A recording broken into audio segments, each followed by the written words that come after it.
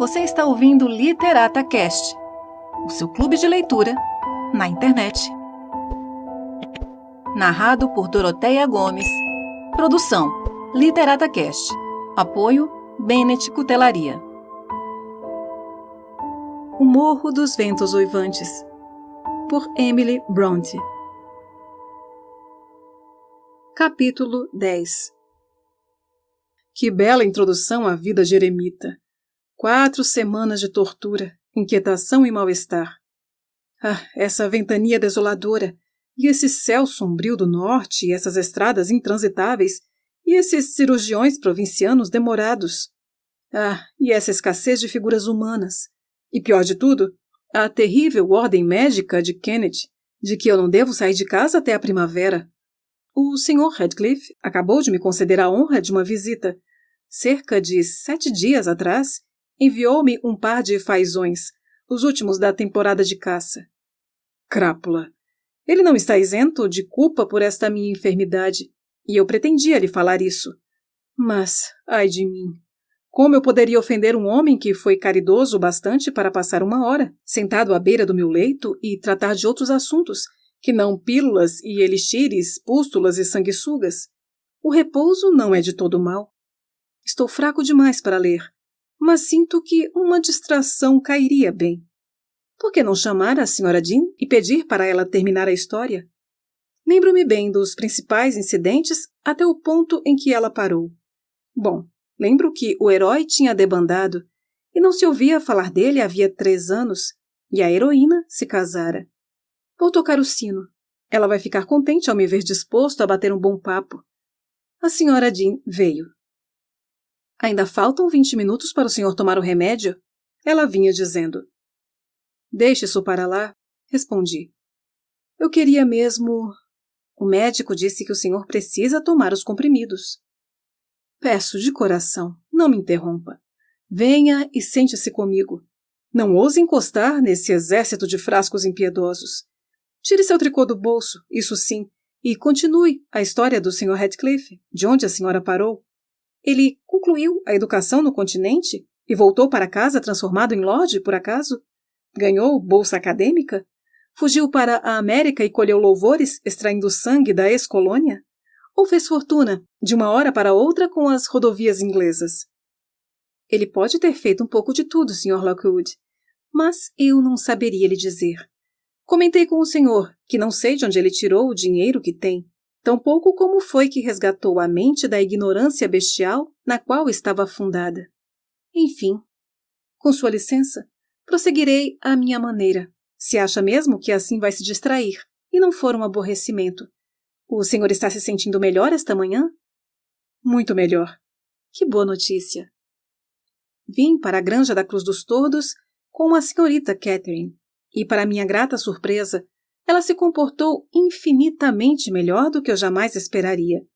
Parecia afeiçoada até demais ao Sr. Linton e demonstrava muito afeto até pela irmã dele. Os dois faziam de tudo para que ela se sentisse à vontade.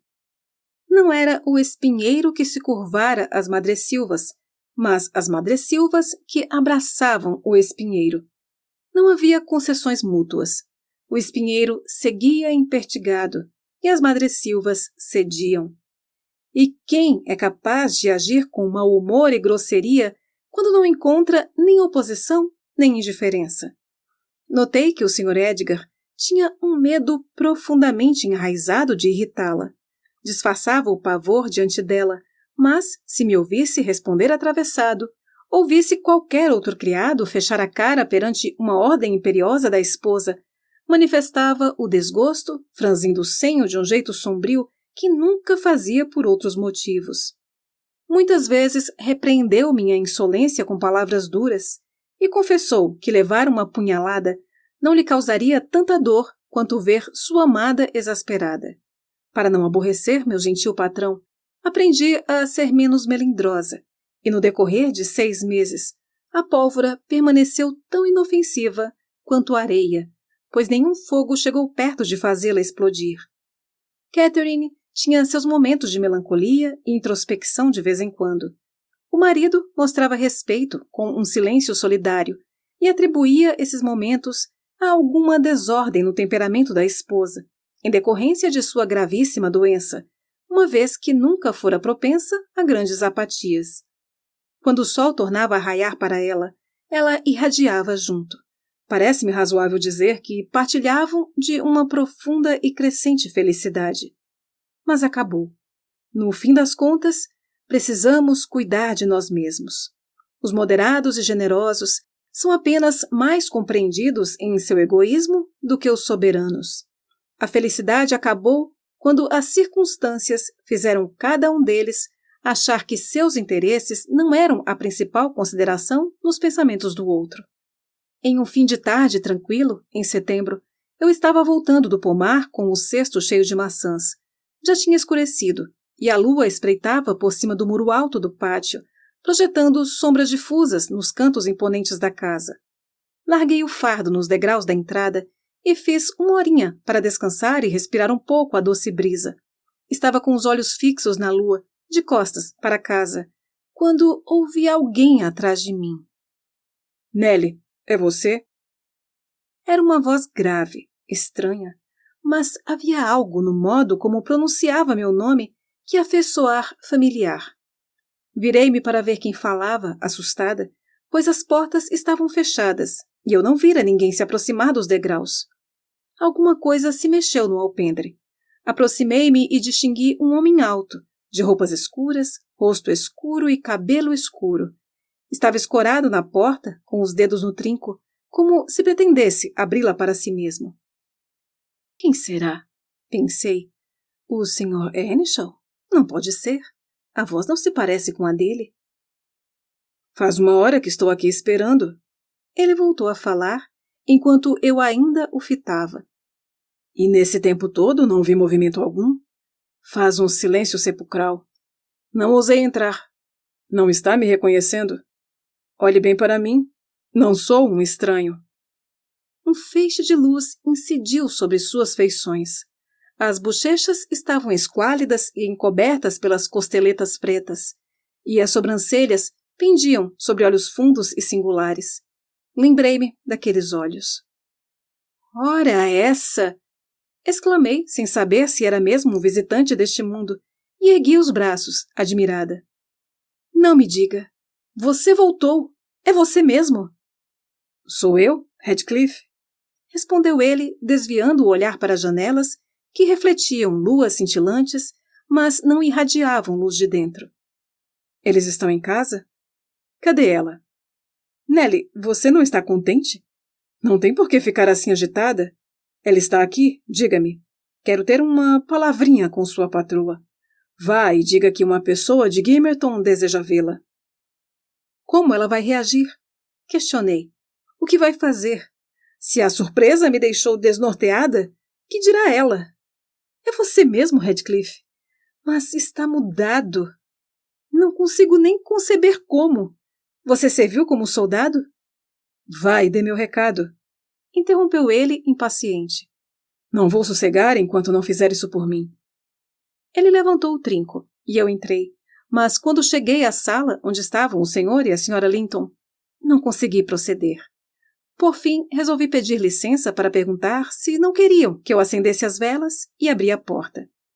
Estavam sentados junto a uma janela aberta, com vista que se estendia para além das árvores do jardim e do parque verdejante, mostrando o vale de Gimmerton, coberto por um denso nevoeiro, quase até o topo, pois logo depois de passar a capela, como o senhor já deve ter notado, o fosso que corre dos pântanos deságua em um riacho que acompanha as curvas do vale.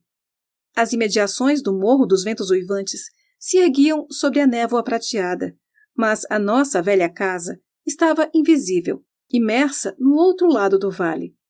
Tanto a sala como seus ocupantes, assim como a cena que contemplavam, pareciam maravilhosamente plácidos. Senti-me relutante em repassar o recado e estava prestes a deixar o recinto sem dizer nada, depois de perguntar das velas, quando um disparate me compeliu a dar meia volta e murmurar. Uma pessoa de Gimmerton deseja ver a senhora. De que se trata? Questionou a senhora Linton. Não perguntei. Bom, feche a cortina, Nelly, disse ela, e traga um chá, Já venho. Ela saiu da sala, e o Sr. Edgar, sem pensar 2 vezes, indagou quem era. Alguém que a patroa não está esperando, respondi. Aquele Heathcliff. O senhor deve se lembrar dele, que morava na casa do Sr. Earnshaw. Mas o quê? Aquele cigano? Aquele lavrador? Bradou ele. Por que você não avisou Catherine? Acalme os ânimos, senhor. Não se refira a ele como cigano ou lavrador, disse eu. Catherine ficaria muito chateada se o ouvisse falar assim. Quando ele desapareceu, ela ficou arrasada. Imagino que seu retorno será a mais pura alegria para ela. O Sr. Linton se dirigiu a uma janela do outro lado da sala, que dava para o pátio. Abriu-a e se debruçou no parapeito. Acho que estavam lá embaixo, pois ele logo esbravejou. Não fique aí fora, querida. Convide o visitante para entrar, se for alguém conhecido. Pouco depois, ouvi o clique do trinco, e Catherine subiu correndo, esbaforida, agitada demais para demonstrar alegria. Na verdade, pela expressão no rosto, parecia até que lhe acontecera uma calamidade terrível. Ah, Edgar, Edgar! Disse ela, ofegante, atirando os braços no pescoço do marido. Ah, Edgar, meu querido, Heathcliff voltou. Ele voltou! Ela apertou ainda mais o abraço, quase esmagando-o. Ora essa! Bradou o marido nervoso. Não vá me estrangular por isso. Ele nunca me pareceu ser flor que se cheire. Não tem por que fazer esse estardalhaço todo. Sei que você nunca simpatizou muito com ele, respondeu ela, reprimindo um pouco a intensidade de sua alegria. Mas vocês precisam se tornar amigos agora. Por mim, peço para ele subir? Aqui? Disse ele. Na sala? Onde mais? Perguntou ela. Ultrajado, o patrão sugeriu a cozinha como local mais adequado. A Sra. Linton o fitou com uma expressão jocosa, em parte chateada, em parte rindo de seu rancor. Não, acrescentou ela depois de um tempo. Eu me recuso a recebê-lo na cozinha. Arrume 2 mesas aqui, Ellen. Uma para o patrão e a Sra. Isabela, os aristocratas, e outra para Heathcliff e eu, das castas mais baixas. Está bom para você, querido? Ou devo mandar acender a lareira de algum outro cômodo? Se for o caso, dê as devidas orientações. Vou descer antes que a visita vá embora. Estou tão contente. Parece bom demais para ser verdade. Ela estava a ponto de sair correndo de novo quando Edgar a deteve. Convide-o para a sala, sim, disse ele, dirigindo-se a mim.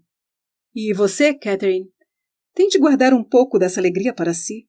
Não seja ridícula. Não quero que a casa toda a veja receber um criado fugido como se fosse um irmão. Desci e encontrei Heathcliff no alpendre, evidentemente esperando um convite para entrar. Acompanhou-me, sem desperdiçar palavras, e eu o conduzi até onde estavam o patrão e a patroa, cujas faces coradas denunciavam uma discussão acalorada. Contudo, o rosto da patroa irradiou outra emoção, quando seu amigo surgiu à porta. Ela correu até ele, pegou-o pelas 2 mãos e o levou até Linton. Então pegou os dedos relutantes de Linton e forçou a saudação. Perante o fogo da lareira e a luz das velas, fiquei ainda mais fascinada com a transformação de Heathcliff. Tornara-se um homem alto, de porte atlético e harmonioso. Ao seu lado, o patrãozinho ficava franzino, parecia apenas um jovenzinho. A postura ereta sugeria que tinha passado uma temporada no exército. Seu semblante era de um homem mais velho e mais decidido que o Sr. Linton. Denotava inteligência e não tinha nenhum sinal de degradação. Uma ferocidade ainda espreitava em sua tez carregada e olhos cheios de fogo negro, mas estava domada, meio civilizada, e seus modos tinham certa dignidade, despidos da antiga rudeza, ainda que não chegassem a ser elegantes. A surpresa do patrão se igualou ou se excedeu à minha. Ficou paralisado por um instante, aturdido, sem saber como tratar o lavrador, como o chamara. Heathcliff puxou de volta a mão do leve aperto e o encarou com um olhar frio até ele decidir abrir a boca. Sente-se, senhor, disse o patrão enfim. Pelos velhos tempos, a Sra. Linton deseja que eu lhe ofereça uma recepção cordial. E, claro, fico agradecido quando acontece qualquer coisa que a agrade. Eu também, respondeu Radcliffe. Sobretudo quando contribuo para o agrado. Ficarei por 1 ou 2 horas com prazer. Ele se sentou de frente para Catherine, que cravou os olhos nele como se temesse que ele fosse desaparecer caso ela se distraísse. Radcliffe não a fitou de volta com a mesma avidez. Ateve-se às piadas pontuais, que refletiam, cada vez mais confiantes, o prazer descarado que sentia com o olhar fixo dela. Estavam absortos demais em sua alegria mútua para sentir qualquer tipo de constrangimento. Quanto ao Sr. Edgar, era outra história. Foi ficando mais e mais lívido de irritação, sentimento que atingiu o clímax, quando a esposa se levantou, cruzou o tapete, pegou nas mãos de Radcliffe mais uma vez e se pôs a gargalhar fora de si. "Amanhã vou achar que foi tudo um sonho", exclamou. "Duvidarei do que vi com meus próprios olhos. Não vou nem acreditar que enfim pude tocá-lo e falar com você mais uma vez. Mas, Radcliffe, como você foi cruel. Não merece essas boas-vindas. Como ousa ficar ausente em silêncio por 3 anos, sem nunca pensar em mim?" "Pensei um pouco mais em você do que você em mim", murmurou ele. "Eu soube do seu casamento, Cat, não faz muito tempo, e enquanto esperava no pátio lá embaixo, recapitulava meu plano. Ver seu rosto uma única vez, com uma expressão de surpresa talvez e prazer fingido, então acertar as contas com Hindley e impedir a justiça de cumprir a sentença, realizando eu mesmo minha execução. Suas boas-vindas me fizeram mudar de ideia. Mas tome cuidado com os modos nos próximos encontros. Não, você não vai me afastar mais uma vez. Aposto que ficou com pena de mim, não ficou? Bom, não foi à toa. Passei por maus bocados desde a última vez que ouvi sua voz. E devo dizer que, se batalhei todo esse tempo, nessa vida dura, foi por você. Catherine, a menos que a intenção seja tomarmos chá frio, por favor, venha para a mesa. Interrompeu Linton, esforçando-se para manter seu tom habitual e a dose mínima de etiqueta. O Sr. Radcliffe ainda tem uma longa caminhada pela frente, onde quer que vá pernoitar, e estou com sede. Ela assumiu seu posto diante do bule, e a senhorita Isabela apareceu, convocada pela sineta. Então, depois de ajeitá-los em suas cadeiras, deixei a sala. A refeição não durou 10 minutos. A xícara de Catherine permaneceu vazia. Ela não conseguia comer nem beber. Edgar derramou seu chá no pires, mal tomou um gole. O convidado não prolongou muito a estadia. Não ficou mais de 1 hora na granja. Quando ele estava de partida, perguntei se ia para Gimmerton. Não, vou para o Morro dos Ventos Uivantes, respondeu ele. Fiz uma visita ao Sr. Earnshaw hoje de manhã e ele me ofereceu a hospedagem. O Sr. Earnshaw convidara ele? E ele tinha feito uma visita ao Sr. Earnshaw? Tentei digerir aquela história toda depois que ele foi embora. Será um hipócrita? Será que regressou à província sob um manto de mentiras para fazer maldade? Pensei comigo mesma. Estava com um pressentimento ruim, no fundo do coração, de que seria melhor ele se manter afastado. No alto da madrugada, fui acordada pela Sra. Linton. Ela entrou, às escondidas, no meu quarto, sentou-se na beira da cama e me puxou pelos cabelos para me despertar. Não consigo dormir, Ellen, disse ela a título de desculpas. Preciso de uma criatura viva para me fazer companhia na felicidade. Edgar está amuado, porque me alegrei com algo que não lhe interessa. Recusa-se a abrir a boca, exceto para dar uns sermões bobos e mesquinhos, e me acusou de ser cruel e egoísta por querer conversar quando ele estava indisposto, morrendo de sono. Qualquer coisinha ele já inventa uma indisposição. Fiz alguns elogios a Radcliffe e ele, pela dor de cabeça ou uma pontada de inveja, desatou a chorar. Então me levantei e o deixei sozinho. Mas para que elogiar Radcliffe assim, diante dele? Protestei. Ora, quando eram rapazinhos, tinham aversão um pelo outro, a senhora sabe.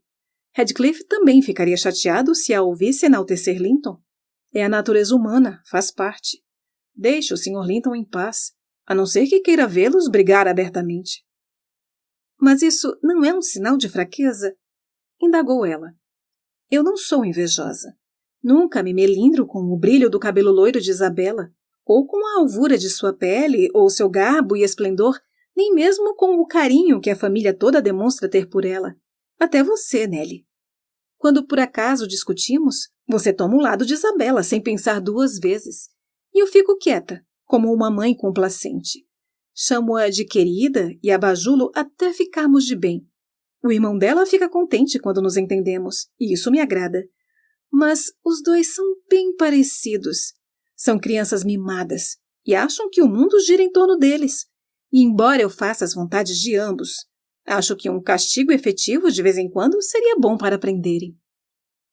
A senhora está redondamente enganada, respondi. São eles que fazem as suas vontades. Sei muito bem o que aconteceria se não fizessem.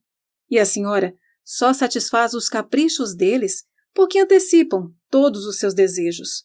Mas quem sabe, agora a senhora sinta na pele as agruras de um desentendimento de verdade, com consequência para os 2 lados.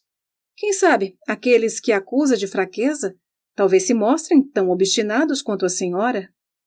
Então vamos duelar até a morte, Nelly? Retrucou ela, rindo. Nada disso. Escute, tenho tanta fé no amor de Linton que acho que, mesmo se o matasse, ele não retaliaria. Aconselhei-a a valorizá-lo ainda mais por esse afeto. Valorizo, respondeu-me. Ele só não precisava choramingar por bobagens. É infantil. Em vez de se debulhar em lágrimas porque eu disse que Radcliffe agora é digno de estima e que seria honrado de sua parte, enquanto cavalheiro, construir uma amizade com ele, deveria ter tomado essa iniciativa por conta própria e ter ficado contente por mim.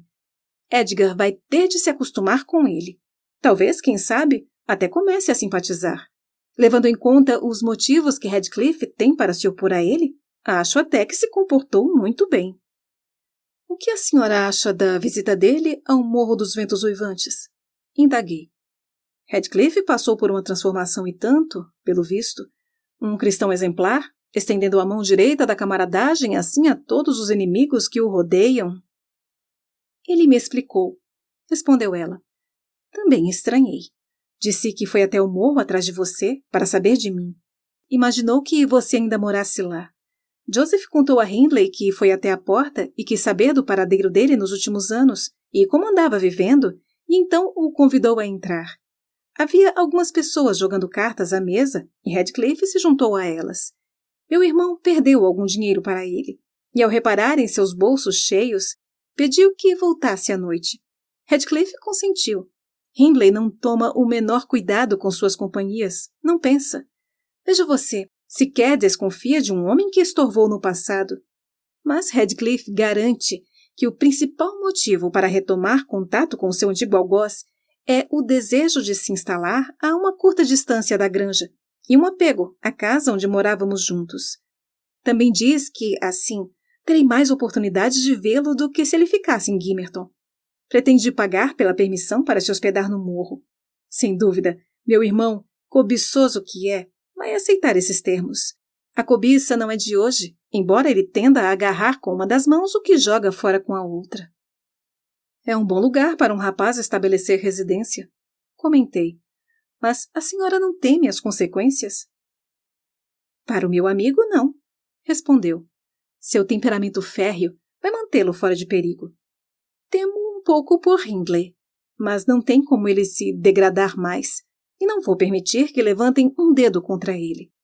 Os eventos de hoje me reconciliaram com Deus e a humanidade. Eu tinha me rebelado contra a providência.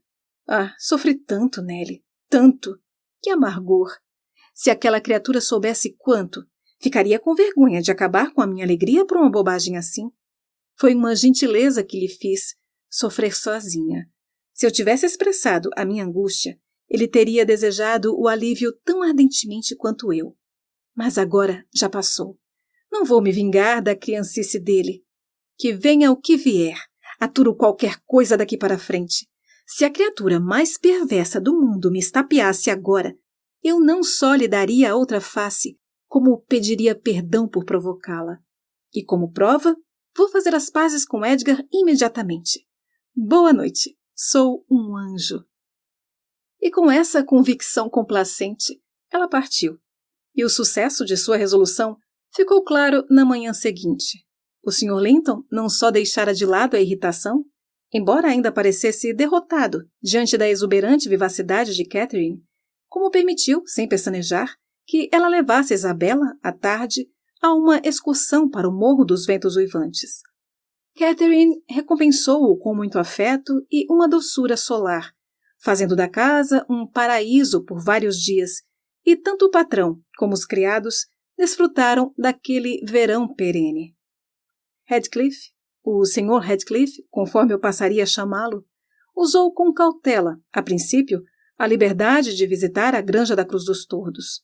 Parecia estar testando até que ponto o proprietário toleraria sua intrusão.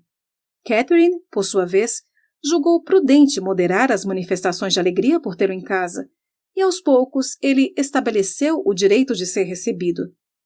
Heathcliff ainda se portava de maneira bastante reservada, como na infância, e isso servia para reprimir toda e qualquer demonstração alarmante de sentimentos.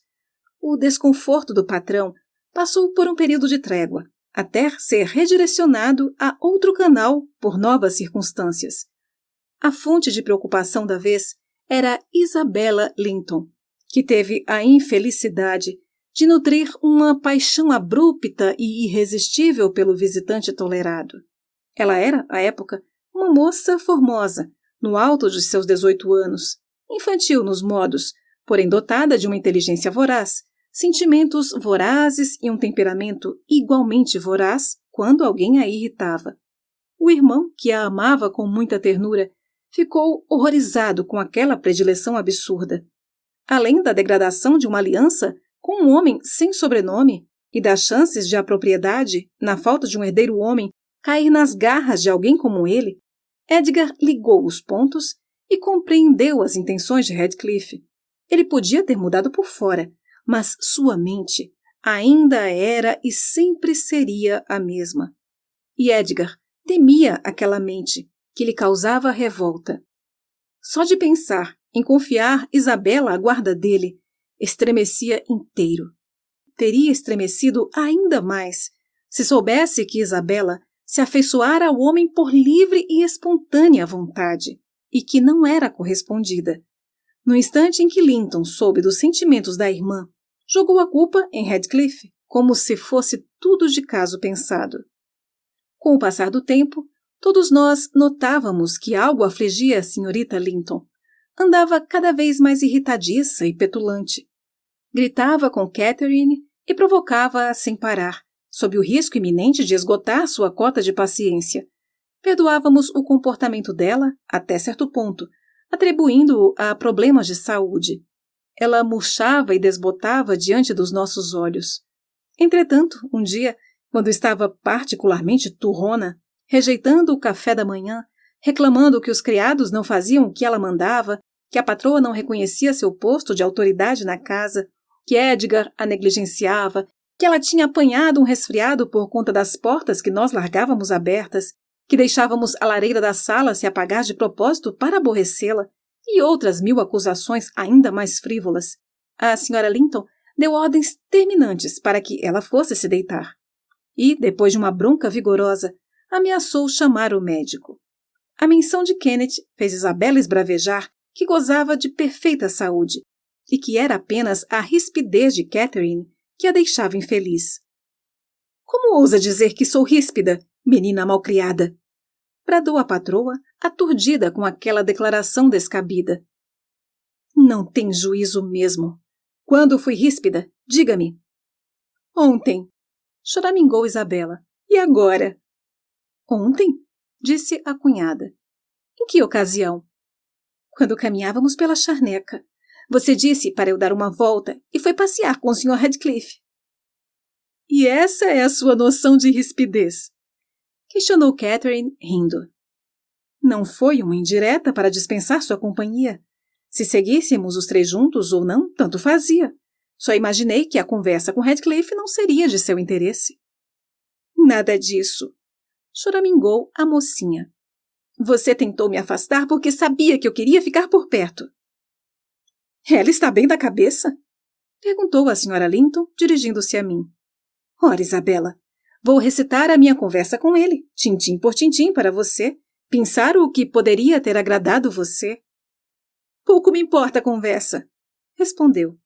Eu queria passar um tempo com... Com? Disse Catherine, percebendo sua hesitação para concluir a frase. Com ele, e não vou mais permitir que você me expulse. Continuou inflamada.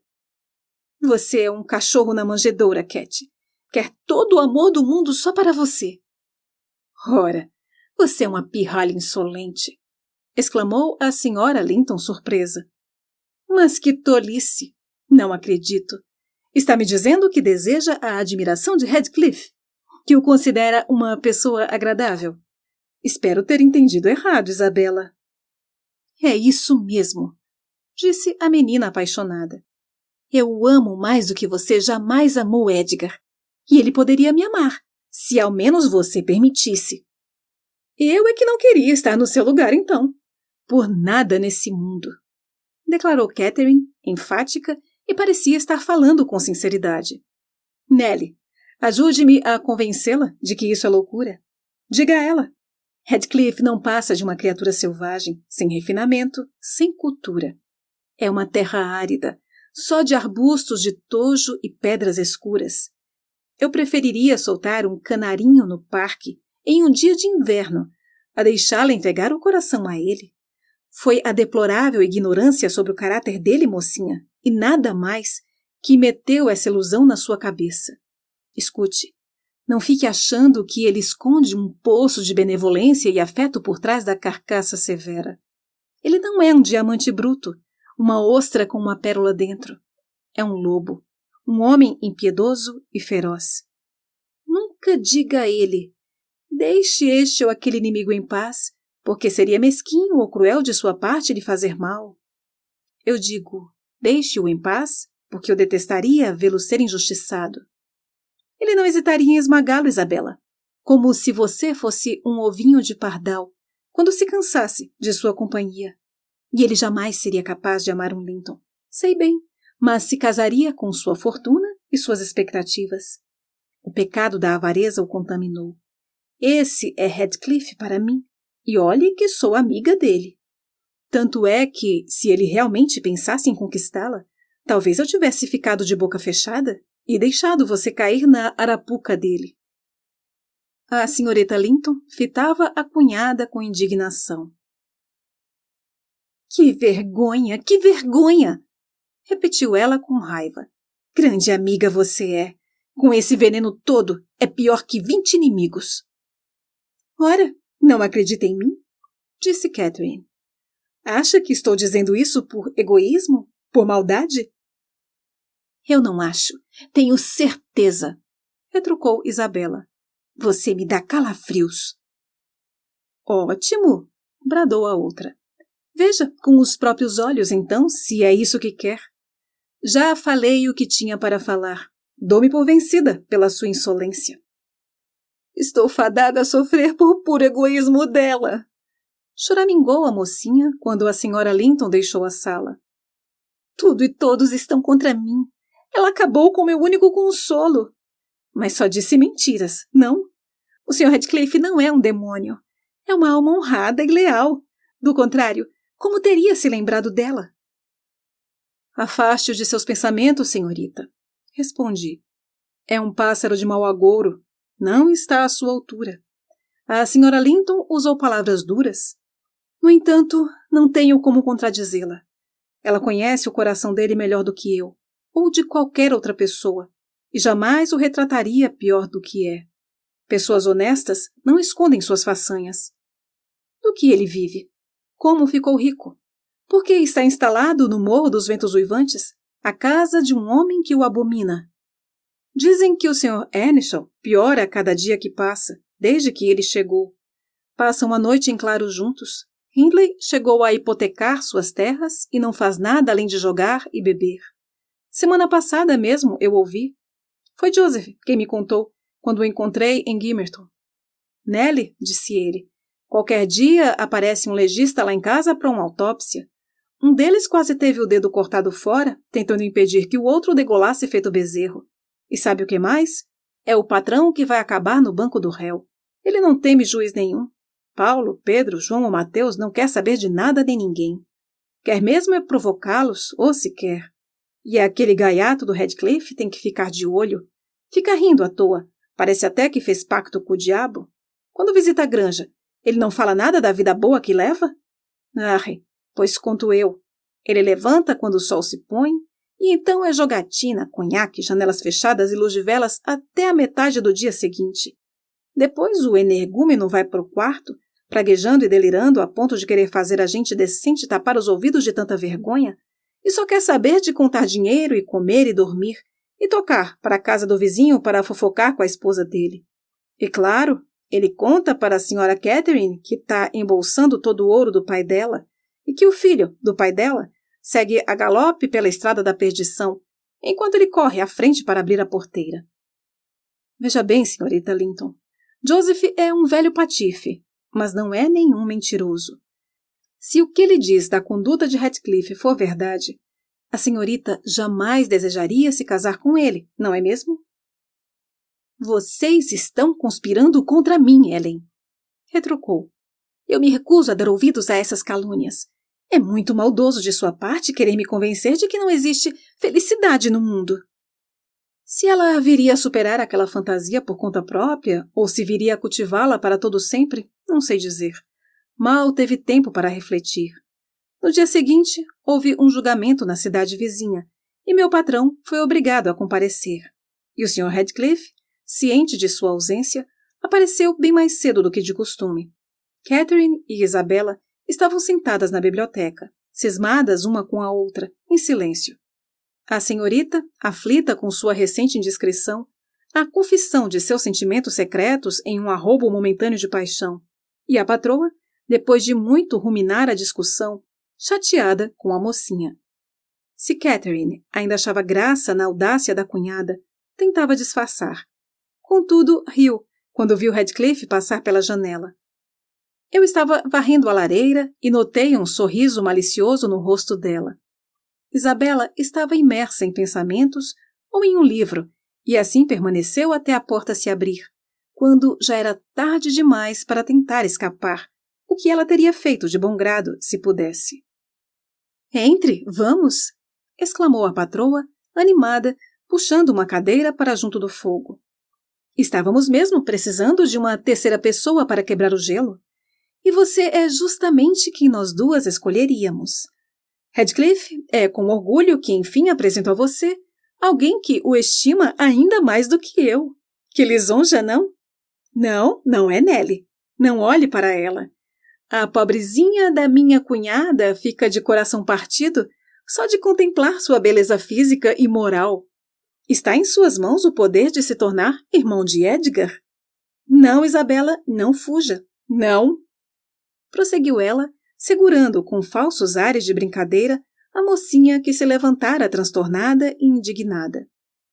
Brigamos feito gatos por sua causa, Radcliffe, e fui derrotada pelas declarações de devoção e admiração de Isabella. Além do mais, fui informada de que, se eu tivesse a graça de sair do caminho, a minha rival, como ela mesma se intitula, acertaria uma flechada em seu coração que o prenderia a ela para sempre e lançaria a minha imagem ao abismo do esquecimento eterno. Catherine, disse Isabella, zelando pela própria dignidade, sem apelar para a força para se desvencilhar. Eu agradeceria se você se comprometesse com a verdade e não me caluniasse, nem mesmo de brincadeira. Sr. Radcliffe, faça-me a gentileza de pedir para sua amiga me soltar. Ela esquece que eu e o senhor não somos amigos íntimos e que o divertimento dela me machuca tanto que me faltam palavras. Uma vez que o visitante não respondeu, apenas se sentou e fez pouco caso de qualquer sentimento que Isabella pudesse nutrir por ele, ela se virou e sussurrou à torturadora um apelo para que a soltasse. De jeito nenhum, bradou a senhora Linton. Não vou tolerar que me chamem de cachorro na manjedoura de novo. Você vai ficar aqui. Ora, Heathcliff, você não parece muito contente com as boas notícias que lhe dei? O que há? Isabela jura que o amor que Edgar tem por mim não é nada perto do que ela sente por você. Se me lembro bem, ela disse algo nessa linha, não disse, Ellen? E não come nada desde o passeio de anteontem. Tamanha a tristeza e a raiva por eu tê-la privado de sua companhia. Acha que a minha postura não teve o menor cabimento. Parece que você está contrariando a moça, disse Heathcliff, virando a cadeira para ficar de frente para elas. Agora mesmo, tudo o que ela quer é ficar longe de mim.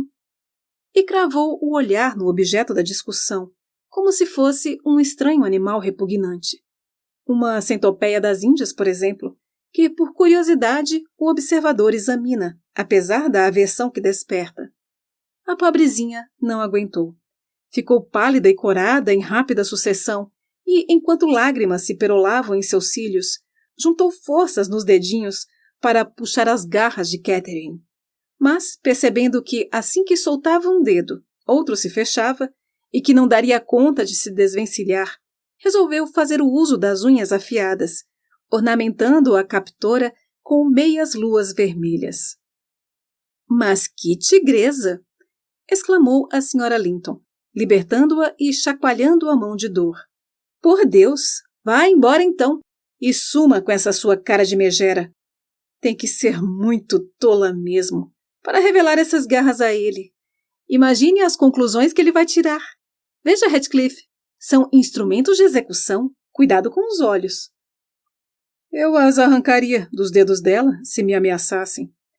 Respondeu ele, brutal, assim que a porta se fechou atrás de Isabela. Mas aonde você queria chegar, Cat? Provocando a criatura desse jeito? Você não estava falando a verdade, estava? Juro que estava, retrucou ela. Já faz semanas que ela vem sofrendo por você. E esta manhã mesmo despejou uma torrente de insultos só porque eu falei de seus defeitos com o intuito de amenizar a paixonite. Mas deixe isso para lá. Eu queria puni-la pela insolência, só isso. Gosto demais dela, meu caro Heathcliff, para deixar que você a agarre e a devore sem dó. Eu a desprezo demais para tentar qualquer aproximação, disse ele. Afora uma relação vampiresca. Você ouviria histórias estranhas se eu morasse sozinho com aquela carinha enjoada e abatida. Nas mais triviais, eu pintaria a alvura da pele dela com as cores do arco-íris e deixaria roxos aqueles olhos azuis dia sim dia não. São abjetos, de tanto que lembram os olhos do irmão. Ora, são adoráveis, observou Catherine. São os olhos de um pombinho, de um anjo. Ela é a herdeira do irmão, não é? Perguntou ele após um momento de silêncio. Acho que é, infelizmente, retorquiu a companheira. Meia dúzia de sobrinhos ainda vão arrancar esse título dela, se Deus quiser. Mas esqueça o assunto por hora, que você tende a cobiçar os bens do próximo. Lembre-se de que os bens desses próximos são meus. Se fossem meus, não seriam menos seus, disse Heathcliff. Mas, por mais tola que seja Isabela Linton, louca ela não é. Enfim, mudemos de assunto, claro. E não falaram mais nisso. Catherine deve ter tirado a história da cabeça. Mas Heathcliff, tenho certeza, recordou-se dela ao longo da noite. Notei que sorria sozinho, de orelha a orelha, e se perdia em devaneios nefastos toda vez que a Sra. Linton se ausentava da biblioteca. Resolvi ficar de olho nos movimentos dele. Meu coração, invariavelmente, pendia para o lado do patrão, em detrimento de Catherine. E com razão, eu julgava, pois ele era bondoso, confiável e honrado, enquanto ela... Eu não diria que era o oposto, mas parecia tomar liberdades demais, de modo que eu não botava muita fé em seus princípios, e tinha ainda menos compaixão por seus sentimentos. Queria que acontecesse algo que livrasse tanto o Morro dos Ventos Uivantes como a granja da presença do Sr. Heathcliff, deixando-nos como estávamos antes de seu regresso. As visitas que ele fazia eram um pesadelo constante para mim, e eu suspeitava que para o patrão também. Sua estadia no morro era tão opressiva que me faltam palavras. Senti que Deus havia relegado sua ovelha perdida à própria sorte, e uma fera maligna rondava as terras entre ela e o rebanho, esperando o momento certo para dar o bote e destruir. Olá, ouvinte do LiterataCast! Está gostando dessa narração? Que tal então apoiar este projeto? É fácil, basta curtir, compartilhar com seus amigos este episódio, ou ainda deixar aqui um comentário para aumentar o engajamento e assim ampliar a divulgação deste trabalho. E se você se sentir confortável em nos apoiar financeiramente, são várias as opções. Você pode nos ajudar através do botão Valeu Demais no YouTube, fazer suas compras na Amazon, quaisquer que sejam, por meio de um dos nossos links de afiliado, que sempre ficam aqui na descrição de cada episódio. O valor da sua compra será o mesmo, mas uma pequena comissão virá para o LiterataCast.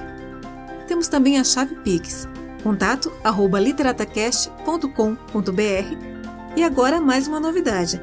A partir de apenas R$ 3,99, você pode fazer parte do clube de membros do YouTube. E além de apoiar esse projeto, terá acesso antecipado à publicação dos episódios, além de também poder sugerir as nossas próximas leituras. Como vocês viram, são várias as possibilidades que você tem de apoiar este canal. Por isso, desde já, conto com a sua ajuda e já te agradeço de coração. E agora, de volta à leitura.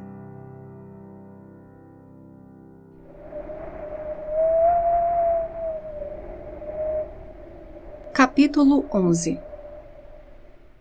Às vezes, quando refletia sozinha sobre isso tudo, eu me levantava em um súbito ataque de terror e colocava minha touca para ir ver como estavam as coisas na fazenda. Estava convencida de que era meu dever alertá-lo sobre o que diziam a seu respeito.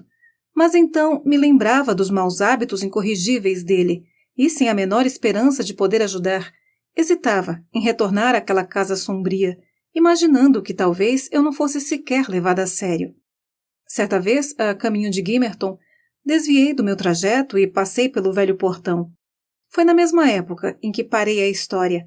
Uma tarde, fria e clara, com a terra despida e a estrada dura e seca. Cheguei a um ponto onde uma ramificação segue para a charneca à esquerda e uma estaca rústica de arenito indica o caminho para o morro, a granja e a vila. As letras MVU entalhadas na face norte, G a leste e GCT a sudoeste. O sol incidia amarelo sobre o ponto de referência cinzento, trazendo recordações de verão. Não sei explicar porquê, mas de repente uma enxurrada de sensações infantis inundou meu coração. Era um dos lugares em que mais brincávamos 20 anos antes, Hindley e eu.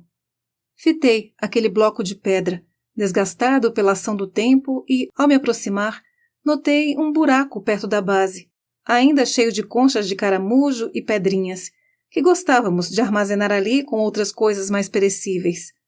Eis que vislumbrei meu amigo de infância como se estivesse ali, em carne e osso, sentado na grama ressequida, com o seu cabelo escuro, o rosto anguloso virado para o chão e a mãozinha cavucando a terra com um pedaço de ardósia. Pobre Hindley! Exclamei sem dar por mim. Levei um susto. Por um instante, por alguma ilusão de ótica, fui levada a crer que a criança levantou o rosto e olhou bem nos meus olhos. A visão se desfez em um lampejo, mas, imediatamente, senti uma vontade incontrolável de visitar o morro. A superstição me instigou a obedecer a esse impulso. E se ele estiver morto? Pensei. Ou talvez esteja à beira da morte? Tomei como um presságio. Quanto mais eu me aproximava da casa, mais agitada ficava e, assim que a avistei, tremi da cabeça aos pés. A aparição tinha sido mais rápida do que eu. Estava ali e encarava-me através do portão. Ao menos foi a primeira conclusão que tirei ao ver um menino com cachinhos de elfo, olhos castanhos e a face rosada, colado à grade. Ao pensar melhor, concluí que devia ser Hareton, meu Hareton, que pouco tinha mudado desde que eu o deixara, 10 meses antes. Deus o abençoe, meu querido, exclamei, esquecendo no mesmo instante os meus medos infundados. Hareton, é a Nellie, sua babá. Ele recuou até ficar fora de meu alcance e pegou um pedregulho do chão. Vim ver seu pai, Hareton. Acrescentei, depreendendo do gesto, que se ele ainda se lembrava de alguma Nellie, não a associaria a mim. Ele ergueu o projétil para atirar. Tentei acalmá-lo, em vão. A pedra atingiu minha touca e os lábios trêmulos do rapazinho despejaram uma torrente de insultos que, quer ele os compreendesse, quer não, foram proferidos com traquejo e distorceram suas feições pueris, deixando-o com um semblante chocante de perversidade. Juro para o Senhor, aquilo mais me entristeceu do que irritou. Segurando o choro, tirei uma laranja do bolso e ofereci a ele, na tentativa de aplacá-lo. Ele hesitou um instante e arrancou-a da minha mão, como se imaginasse que minha intenção era apenas ludibriá-lo e frustrá-lo. Mostrei-lhe mais uma, mantendo-a fora de seu alcance. Quem lhe ensinou esse palavreado, menino? Indaguei. O pároco, foi? Dane-se o pároco, você também. Me dá logo isso. Retrucou ele. Responda a minha pergunta que eu dou. Insisti. Quem é seu mestre? Meu pai, aquele capeta. Foi sua resposta.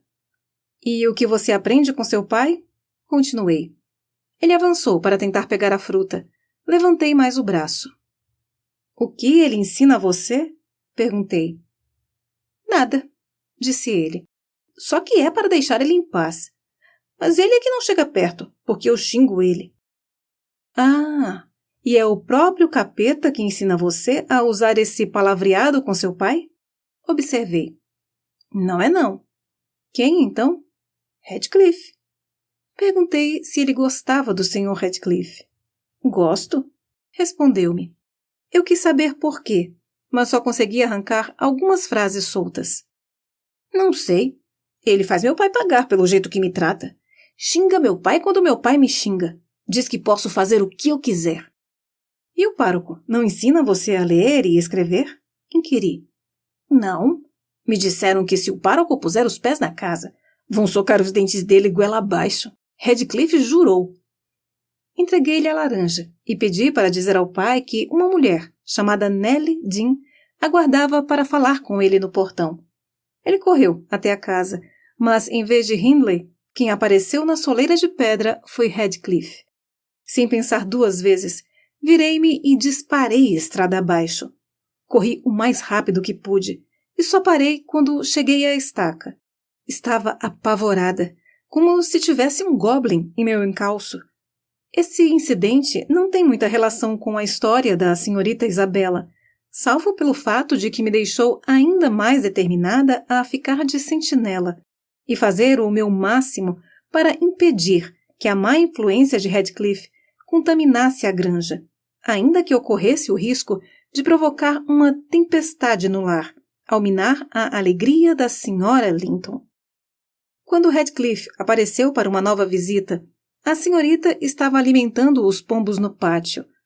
Não dirigia a palavra à cunhada havia 3 dias, mas também não fazia mais pirraça, um consolo e tanto para todos nós. Eu sabia que Radcliffe não costumava tratar a senhorita Linton com mesuras desnecessárias. Dessa vez, assim que a viu, tomou a precaução de esquadrinhar a fachada da casa. Eu estava junto à janela, mas me escondi. Ele cruzou o pátio, aproximou-se dela e disse alguma coisa. Isabela parecia encabulada, querendo sair dali. Para impedi-la, ele a segurou pelo braço. Ela afastou o rosto. Ao que tudo indicava, ele tinha feito uma pergunta que ela não queria responder. Eis que depois de espiar a casa mais uma vez, imaginando que ninguém estivesse vendo, o crápula teve a audácia de agarrá-la. Judas! Traidor! Exclamei. Quer dizer então que você é um hipócrita, além de tudo? Um tratante? Quem, Nellie? Disse a voz de Catherine atrás de mim. Eu estava tão empenhada em observar os dois lá fora que não atinei para a presença dela.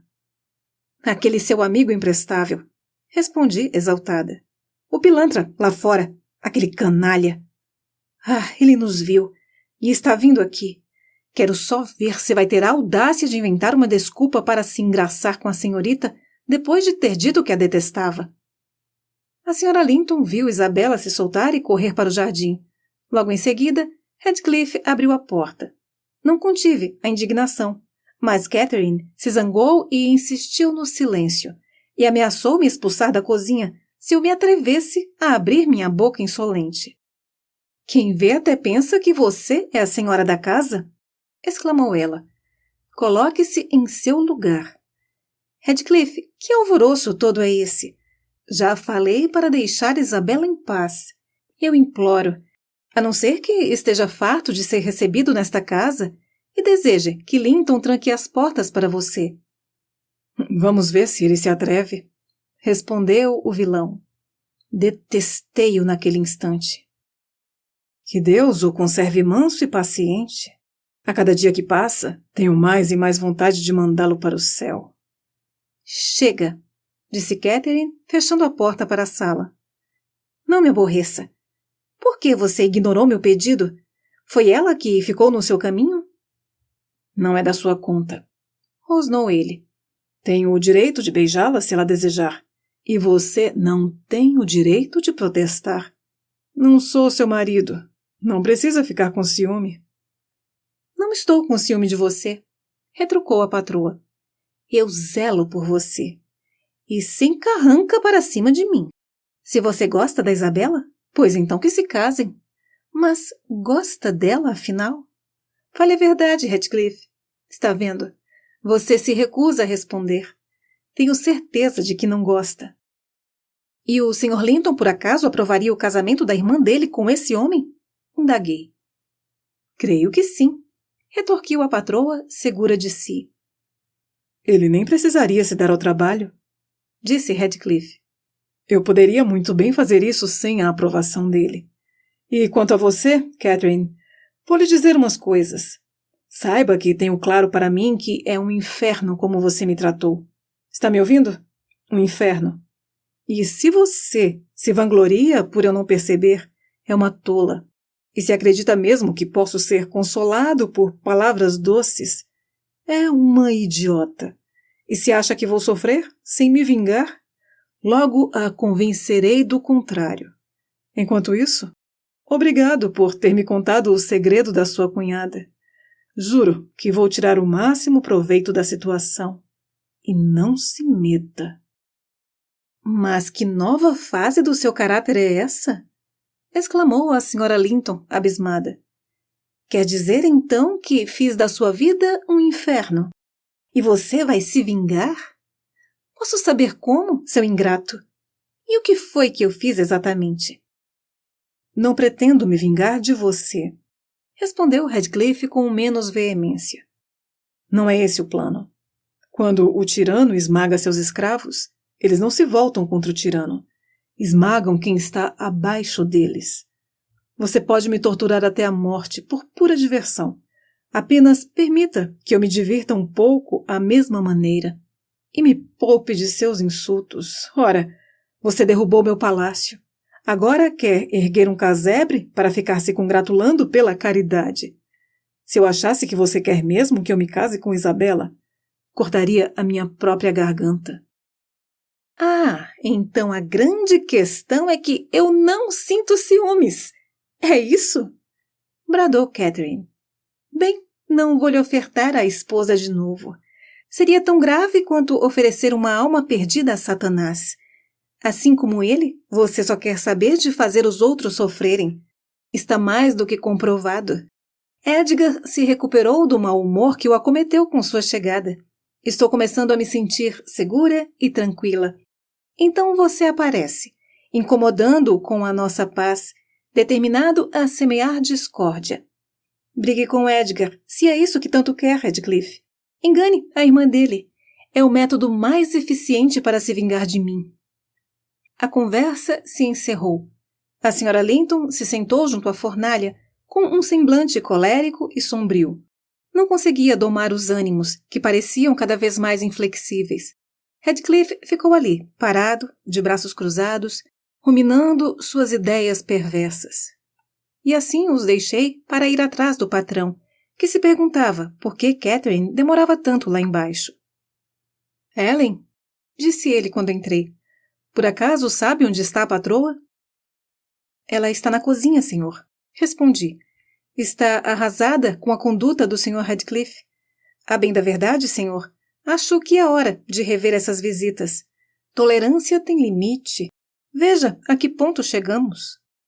Relatei a cena no pátio e até onde cabia a discussão toda que se seguiu. Imaginei que não faria mal à Sra. Linton, a não ser que ela própria se colocasse em maus lençóis, saindo em defesa de seu convidado. Edgar Linton mal conseguiu escutar até o fim.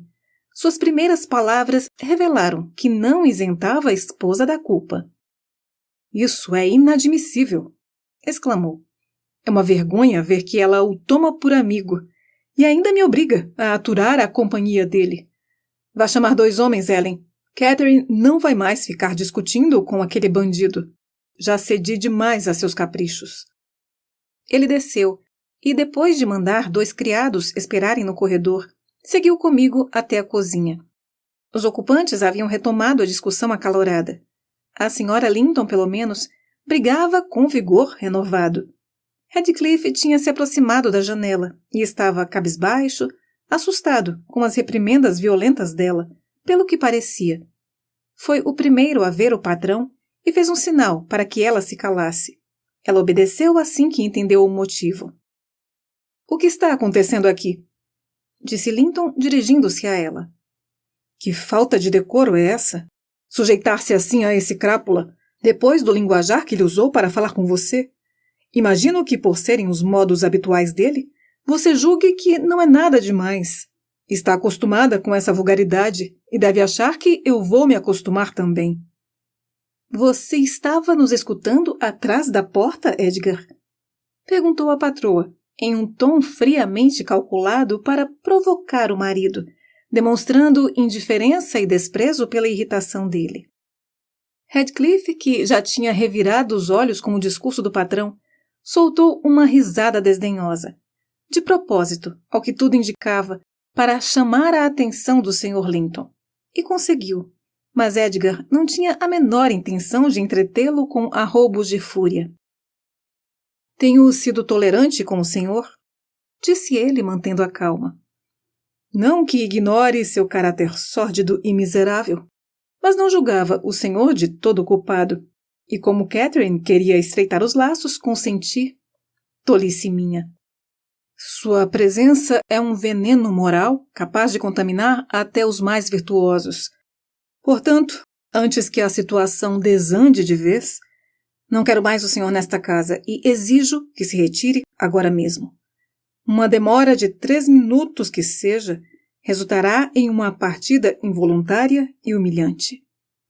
Radcliffe mediu a envergadura do interlocutor com um olhar cheio de escárnio. — Cat, esse seu cordeirinho está achando que é touro? Disse. Corre o risco de rachar o crânio contra meus punhos. Por Deus! Sr. Linton, lamento muito que não seja um adversário digno de um murro. O patrão lançou um olhar para o corredor e fez sinal para que eu trouxesse os homens. Não tinha a intenção de sujar de sangue as próprias mãos. Obedeci, mas a Sra. Linton, desconfiada, veio logo atrás. Quando tentei chamá-los, ela me puxou de volta, bateu a porta e virou a chave. — Assim é mais justo, disse ela em resposta à expressão surpresa e raivosa do marido. Se não tem coragem de atacá-lo, peça desculpas ou deixe que lhe dê uma surra. Assim aprende a não pavonear mais coragem do que tem. Eu engulo a chave, se for preciso, para impedi-lo de pôr as mãos nela. É assim que vocês recompensam a minha bondade? O tempo todo eu aturo a natureza fraca de um e a natureza vil do outro, para vocês me retribuírem com essas demonstrações de ingratidão cega e estapafúrdia. Um absurdo. Edgar, eu estava defendendo você e os seus. Agora, espero que Radcliffe o espanque até você cair de joelhos por ousar pensar mal de mim. O castigo não seria necessário para surtir tal efeito no patrão. Ele tentou arrancar a chave da mão de Catherine que, por segurança, atirou-a na parte mais quente do fogo, ao que o Sr. Linton reagiu com uma tremedeira nervosa. Ficou pálido como um defunto. Nem que lhe custasse a vida, teria sido capaz de refrear aquele acesso de emoção. Um misto de angústia e humilhação o arrebatou. Escorou-se no espaldar de uma cadeira e cobriu o rosto. Ó céus! Em tempos idos, você seria consagrado um cavaleiro por isso! Exclamou a Sra. Linton. Fomos vencidos! Fomos vencidos! Você acha que Radcliffe ergueria um dedo contra você? Seria mais provável um rei enviar seu exército para combater uma colônia de ratos. Ânimo! Não se preocupe, você não será ferido. Sua natureza não é de um cordeiro, mas de um filhotinho de lebre que nem sequer desmamou. Desejo-lhe felicidade ao lado desse covarde com sangue de barata, Cat, disse o amigo dela. Parabéns pelo bom gosto. Esse é o babão frouxo que você preferiu a mim. Eu não ergueria os punhos para surrá-lo, mas o chutaria de bom grado. Ele está chorando? Vai desmaiar de medo? O sujeito se aproximou e deu um empurrão na cadeira em que Linton se escorava. Teria sido melhor ele manter distância. O patrão se pôs de pé em um salto, todo empertigado, e desferiu um soco em seu pescoço, um murro que teria derrubado um homem menos robusto. Radcliffe ficou sem ar por um instante, e enquanto sufocava, o Sr. Linton saiu pela porta dos fundos, contornou o pátio e seguiu até a entrada principal da casa. Pronto! Agora você não vai mais ser admitido aqui! Bradou Catherine. Vá embora! Ande! Antes que ele volte com um par de pistolas e meia dúzia de capangas. Se nos ouviu, jamais vai perdoá-lo. Você só me trouxe desgraça, Radcliffe. Vá, depressa. Antes ver Edgar enrascado do que você. Acha que vou embora assim? Com aquele golpe ainda queimando na goela? Trovejou ele. Nem pensar. Só arredo o pé desta casa depois que estraçalhar as costelas dele como se fossem nozes podres. Se não o derrubar agora, capaz que eu o mate em um próximo encontro. Então, se você preza pela vida dele, deixe-me partir para cima. Ele não vai voltar. Intervim, arriscando uma mentirinha. Lá estão o cocheiro e os 2 jardineiros. Seguramente o senhor não quer ser atirado na estrada. Cada um deles traz um porrete, e o patrão, provavelmente, vai assistir da janela da sala para se certificar de que cumpram as ordens dele. Os jardineiros e o cocheiro estavam mesmo lá fora, mas Linton os acompanhava. Cruzavam o pátio. Radcliffe pensou bem e resolveu evitar o atrito com os 3 subalternos. Pegou o atiçador, rebentou o trinco da porta para a sala e tratou de escapar justo quando entravam no recinto. A Sra. Linton, muito agitada, ordenou que eu subisse com ela. Mal sabia que eu tinha contribuído para aquele escarcéu, e por mim jamais descobriria. Estou ficando louca, Nelly, exclamou ela, atirando-se no sofá. 1000 marretas estão batendo em minha cabeça. Diga a Isabela para ficar longe de mim. Esse transtorno todo é culpa dela. E se ela ou qualquer outra pessoa me tirarem ainda mais do sério, vou perder as estribeiras. E Nelly, diga a Edgar, caso o veja ainda esta noite, que corro o risco de ficar gravemente enferma. Desejo ficar mesmo. Ele acabou comigo. Quero deixá-lo assustado. Além do mais, temo que ele venha aqui e comece a despejar uma série de insultos ou queixas. Sei que eu não deixaria barato, e só Deus sabe onde isso terminaria. Você me faz esse favor, minha cara Nelly? Pois sabe que não tenho culpa nessa história. O que deu nele para ficar escutando atrás da porta? Radcliffe disse coisas terríveis depois que você nos deixou, mas eu planejava convencê-lo a se afastar de Isabela. O restante pouco importa. Meus esforços foram em vão, graças a esse desejo tolo de ouvir maledicências sobre si que assombra certas pessoas como um demônio. Se Edgar não tivesse ouvido a conversa, teria sido melhor para ele. Juro, quando ele abriu a porta com aquele tom de desgosto, depois que ralhei com Radcliffe até quase ficar rouca, em defesa dele. Pouco me importei com o que fariam um ao outro, ainda mais porque eu sentia que, independentemente do desfecho, acabaríamos todos afastados, e só Deus sabe por quanto tempo. Bem, se não posso mais ter Radcliffe como amigo, e se Edgar faz mesmo questão de ser mesquinho e ciumento, tentarei partir os corações dos dois, partindo o meu próprio. Vai ser um jeito rápido de acabar com tudo, se me levarem a tomar medidas extremas. Mas deixo o plano reservado como minha tábua de salvação. Linton não se surpreenderia. Até agora ele vinha evitando me provocar. Você precisa alertá-lo para o perigo de abdicar dessa política e lembrá-lo do meu temperamento impetuoso que, quando instigado, beira o delírio. Gostaria que você tirasse essa apatia do rosto e se mostrasse mais preocupada comigo. A postura impassível com que recebi aquelas instruções foi sem dúvida exasperante, pois me foram dadas com a mais absoluta sinceridade. Contudo, presumi que uma pessoa capaz de tramar acessos de emoção por força de vontade e relatá-los de antemão poderia muito bem se controlar um pouco, mesmo durante os acessos. E eu não queria deixar o patrão assustado, como ela mesma dissera, e somar aborrecimentos só para satisfazer o egoísmo dela. Portanto, não falei nada quando me deparei com o patrão a caminho da sala, mas tomei a liberdade de dar meia volta para ouvir se retomariam a discussão. Ele falou primeiro. Fique onde está, Catherine, disse sem a menor raiva no tom de voz, apenas um profundo pesar. Não vou me demorar. Não vim aqui para jogar lenha na fogueira, nem me reconciliar. Só quero saber se, depois do ocorrido, você pretende cultivar uma amizade com... Tenha piedade de mim! Interrompeu a patroa, batendo o pé. Pelo amor de Deus, chega dessa história. Com esse seu sangue frio, você não sabe o que é arder de febre. Nas suas veias corre água gelada, mas as minhas estão fervendo e se contorcem quando eu vejo tamanha frieza.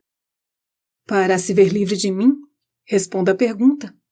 Persistiu o Sr. Linton. Você tem de me responder? Essa violência toda não me espanta. Já percebi que você pode ser tão estoica quanto qualquer um, quando bem entende. Vai abrir mão de Radcliffe daqui para frente ou vai abrir mão de mim? Não tem como ser amiga minha e dele ao mesmo tempo e exijo saber qual dos dois você escolhe. Eu exijo que me deixem em paz! Bradou Catherine, furiosa. Estou mandando!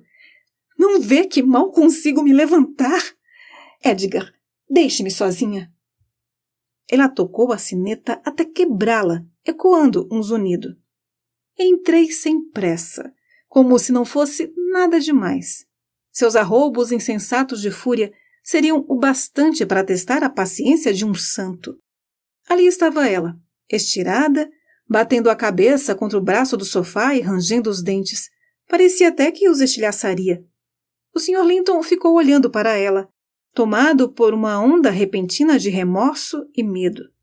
Pediu que eu buscasse um copo de água. Catherine estava sem fôlego, não conseguia sequer falar. Ofereci-lhe um copo cheio, e como ela se recusou a beber, respinguei um pouco em seu rosto. Em segundos, ela se esticou toda, com o corpo rijo, e revirou os olhos, enquanto a face, ao mesmo tempo pálida e lívida, assumia um aspecto de morte. Linton parecia aterrorizado. Não é nada, sussurrei. Não queria que ele cedesse, embora no fundo eu também sentisse medo. Ela está com sangue nos lábios? Apontou ele, estremecido. Não se aflija, respondi, mordaz, e contei-lhe como, antes de sua chegada, ela se propusera a encenar um ataque de nervos. Confesso que fui um tanto incauta, pois fiz o relato em voz alta e ela me ouviu. Levantou-se, de sobressalto, com o cabelo revolto sobre os ombros, os olhos relampejantes e os músculos do pescoço e dos braços tão saltados que pareciam sobrenaturais. Imaginei que estivesse, no mínimo, com os ossos quebrados. No entanto, Ela apenas olhou ao redor por um instante e saiu, às pressas. O patrão me mandou segui-la. Obedeci, até a porta de seu quarto. Ela me impediu de entrar, trancando-a por dentro. Como não se dispôs a descer para o café da manhã no dia seguinte, fui perguntar se queria ser servida no quarto. Não, respondeu-me categórica. Repeti a pergunta na hora do almoço e do chá, e de novo no dia seguinte, sempre com a mesma resposta. O Sr. Linton, por sua vez, passava o tempo na biblioteca e não perguntava da esposa. Ele teve uma conversa de 1 hora com Isabela, durante a qual tentou extrair dela algum sentimento de repulsa pelos avanços de Radcliffe, mas nada pôde fazer com as respostas evasivas da irmã, e então se viu obrigado a encerrar o interrogatório sem nenhuma conclusão satisfatória. Acrescentou, porém, uma advertência solene, de que, se ela cometesse a loucura de encorajar aquele pretendente desprezível, todos os laços que os uniam seriam dissolvidos.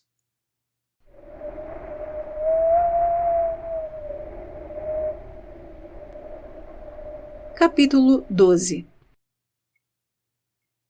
Enquanto a senhorita Linton se arrastava pelo terreno e pelo jardim, sempre em silêncio e quase sempre em lágrimas, e seu irmão se trancafiava com livros que nunca abria, desgastado, parecia-me, e com a vaga esperança de que Catherine, arrependida de sua conduta, viesse pedir perdão e fazer as pazes por livre e espontânea vontade. E ao mesmo tempo ela teimava em seguir jejuando, provavelmente sob a impressão de que a cada refeição Edgar quase sufocava de saudade, e apenas o orgulho o impedia de se atirar a seus pés. Enquanto isso, eu seguia com os meus afazeres domésticos, convencida de que entre as paredes da granja residia somente uma alma sensata, e de que esta encontrava-se alojada em meu corpo. Não desperdicei condolências com a senhorita, nem reprimendas com a patroa. Tampouco dei muita atenção às bravatas do patrão, que ansiava por ouvir o nome da esposa, uma vez que não ouvia a voz dela. Resolvi que seria melhor deixá-los vir atrás de mim, se assim quisessem. E embora fosse um processo exaustivamente lento, comecei a me animar com uma tênue faísca de progresso. Ou pelo menos foi o que pensei que estava acontecendo a princípio. No terceiro dia, a Sra. Linton destrancou a porta do quarto e, como já tinha tomado toda a água da jarra e do frasco, pediu uma nova provisão e uma tigela de mingau, pois acreditava estar morrendo. Imaginei que fosse um drama destinado aos ouvidos de Edgar e não dei atenção. Guardei para mim e me ative a servir-lhe um pouco de chá e torradas. Ela bebeu e comeu com vontade e afundou de volta no travesseiro, cerrando os punhos e gemendo. — Ah, eu vou morrer! Exclamou. Já que ninguém se importa comigo. Não devia ter aceitado o desjejum. Então, um bom tempo depois, ouvia murmurar. Não, não vou morrer. Ele ficaria contente. Não me ama. Jamais sentiria minha falta. Deseja alguma coisa, senhora? Inquiri, mantendo a compostura, apesar de seu aspecto terrível e de seu jeito estranho e exagerado. O que aquela criatura apática está fazendo? Quis saber ela, afastando as madeixas embaraçadas do rosto esquálido. Por acaso está letárgico? Morreu? Nenhum nem outro. Retorqui. Isto é, se a senhora se refere ao Sr. Linton. Ele até que vai bem, creio eu, embora os estudos o ocupem mais do que deveriam. Vive enterrado nos livros, uma vez que não tem outra companhia. Eu não teria falado assim se soubesse de sua verdadeira condição, mas não conseguia me desfazer da ideia de que aquele padecimento era fingido, pelo menos em parte. Enterrado nos livros? Esbravejou, confusa. E eu aqui morrendo, com o pé na cova. Por Deus! Ele não sabe que estou doente? Continuou, fitando o próprio reflexo em um espelho pendurado na parede oposta. Aquela ali é Catherine Linton. Ele deve achar que estou brincando, inventando. Você poderia dizer a ele que é sério, que a situação é grave. Nelly, se não for tarde demais, assim que eu souber como ele se sente, escolherei uma das opções. Ou morro de fome logo, o que só seria castigo se ele tivesse coração, ou me recupero e deixo esta província. Você está falando a verdade? Cuidado com o que diz. Ele não se importa com a minha vida? Está tão indiferente assim? Ora, respondi, o patrão não faz ideia de quão transtornada a senhora está. Evidentemente, não teme que se permita morrer de fome. Acha mesmo que ele não acredita? Não pode dizer a ele? Retrucou ela. Convença-o. Fale de coração. Diga que tem certeza de que vou morrer. Não, senhora Linton. Resolvi argumentar. A senhora acabou de se alimentar, já esqueceu? A comida vai dar sustância e amanhã a senhora vai acordar outra. Se ao menos eu tivesse a certeza de que assim o mataria. Interrompeu ela. Eu me mataria agora mesmo. As últimas 3 noites foram pavorosas. Não preguei os olhos. Nossa, que tormenta. Vi assombrações, Nelly. Mas estou começando a achar que você não gosta de mim. Que estranho. Achava que, embora as pessoas daqui se odiassem e tratassem umas às outras com desprezo, não poderiam deixar de me amar. E pensar que, de um dia para o outro, todos se tornaram inimigos. É assim que as pessoas desta casa se veem, tenho certeza. Como é triste encontrar a morte rodeada por rostos frios. Isabela, agoniada com receio de entrar no quarto, pois seria terrível demais ver Catherine partir. E Edgar, solene, à beira do leito, presente até o fim, para então agradecer a Deus por restabelecer a paz na casa e mergulhar de volta nos livros. Em nome de tudo que é mais sagrado, como ele ousa se ater aos livros quando estou morrendo? Ela não suportava a ideia que eu lhe pusera na cabeça da resignação filosófica do Sr. Linton. Debateu-se na cama até que a confusão febril beirou a loucura. Rasgou o travesseiro com os dentes, então se levantou, ardente, e pediu que eu abrisse a janela. Estávamos em pleno inverno, o vento nordeste soprava forte e me neguei a abrir. Tanto as expressões fugazes de seu rosto como as oscilações de humor me deixaram muito alarmada. Recordei-me de sua antiga enfermidade e da recomendação médica de não contrariá-la. Em um instante estava violenta. No outro, apoiada em um braço, sem notar minha recusa em obedecê-la, parecia ter encontrado um prazer infantil em tirar as penas dos travesseiros que acabava de rasgar e organizá-las sobre o lençol, de acordo com as diferentes espécies. Sua mente se voltara para outras associações. Esta é de peru, murmurou para si mesma. Esta é de pato real e esta de pombo. Quer dizer que colocam penas de pombos nos travesseiros? Agora entendi por que eu não conseguia morrer. Tomarei o cuidado de jogá-lo no chão quando me deitar. Esta aqui é de perdiz. E esta eu reconheceria de longe. Esta é de um abibe, um belo pássaro. Voava sobre as nossas cabeças no meio da charneca. Queria chegar ao ninho, pois as nuvens já tinham tocado os morros e ele sentia a chuva chegando. Esta pena eu coletei no Ozal. Não foi prêmio de caça. Encontramos o ninho, em pleno inverno, cheio de esqueletinhos de filhotes. Radcliffe preparou uma arapuca sobre o ninho, mas os pais não se atreveram a chegar perto. Fiz ele prometer que jamais atiraria em um abibe depois disso, e ele não atirou mesmo. Ah, ainda mais penas. Não me diga que ele atirou nos meus abibes, Nelly. Alguma dessas penas é vermelha? Deixe-me ver. Pare com essa criancice. Interrompi, tomando-lhe o travesseiro e virando os rasgos para o colchão, pois ela não parava de arrancar chumaços do estofo. Deite-se e feche os olhos. A senhora está delirando. Ora, mas que bagunça! As penas estão caindo feito neve.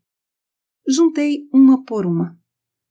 Nelly, continuou ela em seu devaneio, Vejo em você uma velha de cabelo grisalho e ombros curvados.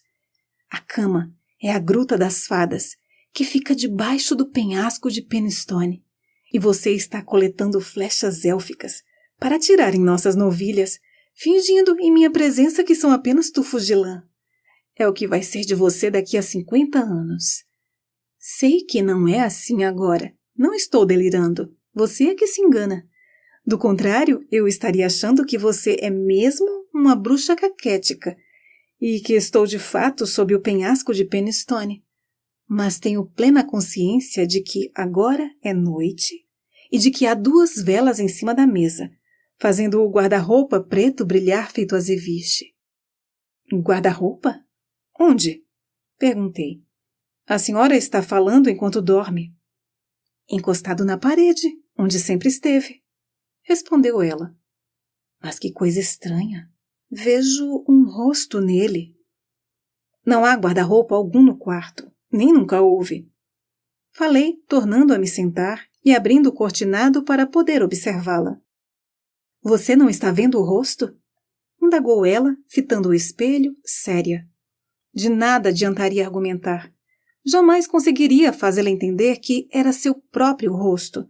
Então me levantei e cobri o espelho com um xale. Ainda está ali atrás, insistiu afoita. Agora mesmo, se mexeu. Quem é? Espero que não saia dali quando você for embora. Ah, Nelly, este quarto é mal assombrado. Estou com medo de ficar sozinha. Peguei a mão dela e pedi que acalmasse os ânimos, pois uma série de tremores agitou seu corpo, e ela não tirava os olhos do espelho por nada. Não há ninguém ali, insisti. É a senhora mesma, não percebe? Eu mesma? Disse ela, ofegante. E o relógio está dando 00:30. Então é verdade. Que horror!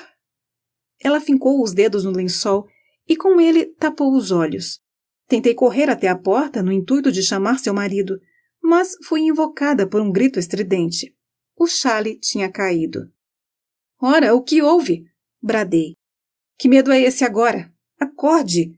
É só o espelho, senhora Linton. O espelho. A senhora está vendo a si mesma nele e ali estou eu também, ao seu lado. Trêmula e confusa, ela me agarrou com força, mas o terror, aos poucos, deixou seu semblante e a palidez deu lugar ao rubor da vergonha. Céus! Achei que estava na minha antiga casa. Suspirou. Achei que estava deitada em meu quarto, no Morro dos Ventos Uivantes. Como estou fraca, tive uma confusão mental e gritei sem perceber. Não diga nada, mas fique aqui comigo. Tenho muito medo de dormir. Meus sonhos me apavoram. Uma boa noite de sono lhe cairia bem, senhora. Respondi. E espero que esse sofrimento todo a faça desistir de jejuar até morrer. Ah, quem me dera estar na minha própria cama, na minha velha casa. Continuou, amargurada, retorcendo as mãos. Ouvir o vento uivar entre os abetos à janela. Deixe-me sentir o vento que sopra da charneca, uma lufada que seja. A fim de acalmá-la, abri uma fresta por alguns segundos. Um frio percorreu minha espinha. Fechei-a e retornei a meu posto. Ela se aquietara e estava com o rosto banhado em lágrimas. A exaustão do corpo havia subjugado o espírito. A impetuosa Catherine agora não passava de uma criança chorosa. Quanto tempo faz que estou aqui, trancada? Perguntou de repente revigorada. A senhora se fechou no quarto na segunda-feira à noite, respondi. E agora é quinta, ou melhor, já é a madrugada de sexta. O quê? Da mesma semana? Exclamou ela. Faz tão pouco tempo assim? É bastante tempo para quem está vivendo à base de água gelada e mau humor, observei. Bem, sinto-me consumida por muitas e muitas horas, murmurou desconfiada. Deve ter sido mais que isso. Lembro que estava na sala depois que eles discutiram e que Edgar me provocou com requintes de crueldade, então corri para o quarto desesperada. Assim que tranquei a porta, um breu absoluto tomou conta de mim e desabei no chão. Faltaram-me palavras para explicar a Edgar minha certeza de que acabaria surtando ou enlouquecendo, caso ele teimasse em me atormentar. Perdi o domínio da fala, o controle dos pensamentos, e ele não se deu conta da minha agonia pelo jeito. Quase não me restaram forças para me abstrair da presença e da voz dele. Eu ainda não tinha recobrado os sentidos quando o sol começou a nascer, e Nelly, vou lhe dizer o que se passou pela minha cabeça e o que fiquei imaginando sem parar, a ponto de temer pela minha sanidade. Ainda estirada no chão, com a cabeça escorada no pé da mesa e a visão turva, mal discernindo o quadrado cinza da janela, pensei que estava fechada na arca de carvalho, em casa, e senti um profundo pesar no coração, que ao acordar escapou-me à memória. Ponderei bastante, tentando entender o que significava aquilo, e aconteceu a coisa mais estranha. Os últimos 7 anos da minha vida haviam se apagado. Não me lembrava de nada. Eu era criança. Meu pai tinha acabado de ser enterrado e eu estava sofrendo com a separação que Hindley havia imposto entre Heathcliff e eu. Deitei-me sozinha pela primeira vez e, depois de uma péssima noite de choro, ergui a mão para abrir os painéis da arca e eis que bati no tampo da mesa. Passei a mão no tapete e as comportas da memória se abriram. Minha angústia culminou em desespero. Não sei dizer por que me senti tão infeliz. Deve ter sido um transtorno passageiro, pois não faz muito sentido.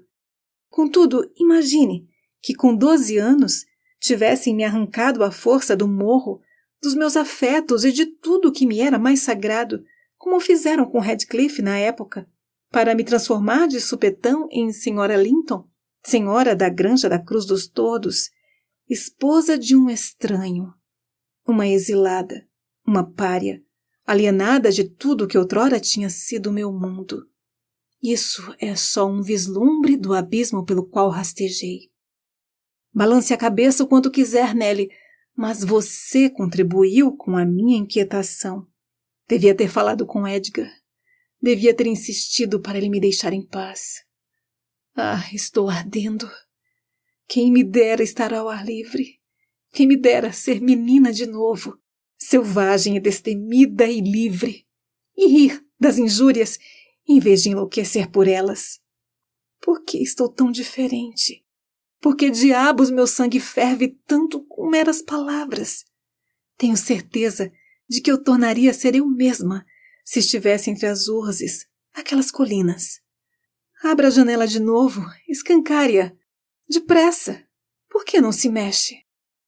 Não quero que a senhora morra com a friagem, expliquei. Você não quer me dar a chance de viver, retrucou aborrecida. Mas ainda não estou inválida. Abrirei eu mesma. Ela se esgueirou da cama antes que eu pudesse impedi-la. Titubeou até a janela, abriu-a com tudo e pôs a cabeça para fora, sem se importar com a brisa gélida que cortava seus ombros feito faca. Supliquei e por fim tentei puxá-la de volta, mas logo percebi que o delírio lhe conferia uma força muito maior do que a minha. Ela estava mesmo delirando. Dei-me por convencida diante de suas ações e devaneios subsequentes. Não havia lua, e tudo lá embaixo estava envolto em uma escuridão nebulosa. Não brilhava uma única luz nas casas. Perto ou longe, todas tinham sido apagadas já fazia muito tempo, e nunca dava para ver as luzes do Morro dos Ventos Uivantes. Ainda assim, ela jurava que as via radiar. Está vendo? Disse animada. Aquele cômodo ali, a luz de velas, é o meu quarto, com as árvores balançando na frente. O outro cômodo aceso é o sótão de Joseph. Ele fica acordado até tarde, não fica? Está esperando eu voltar para casa para trancar o portão. Bem, e ainda vai esperar um bom tempo. É uma jornada árdua até lá. Pesa no coração percorrê-la. E precisamos passar pelo cemitério de Gimmerton no caminho junto à igreja. Muitas vezes enfrentamos juntos seus fantasmas e desafiamos um ao outro a andar entre os túmulos e chamá-los de volta.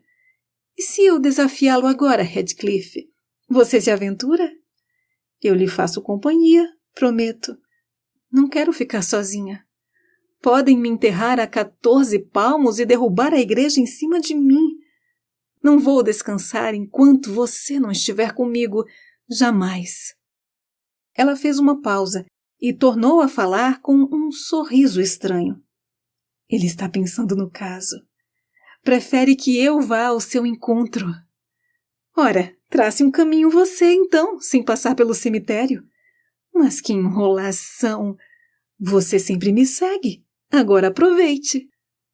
Percebendo que de nada adiantaria argumentar com aquele desvario, comecei a pensar em como poderia agasalhar a patroa sem soltá-la, pois não ousaria deixá-la sozinha à beira da janela, quando, para minha surpresa, ouvia a maçaneta chocalhar e o Sr. Linton entrou.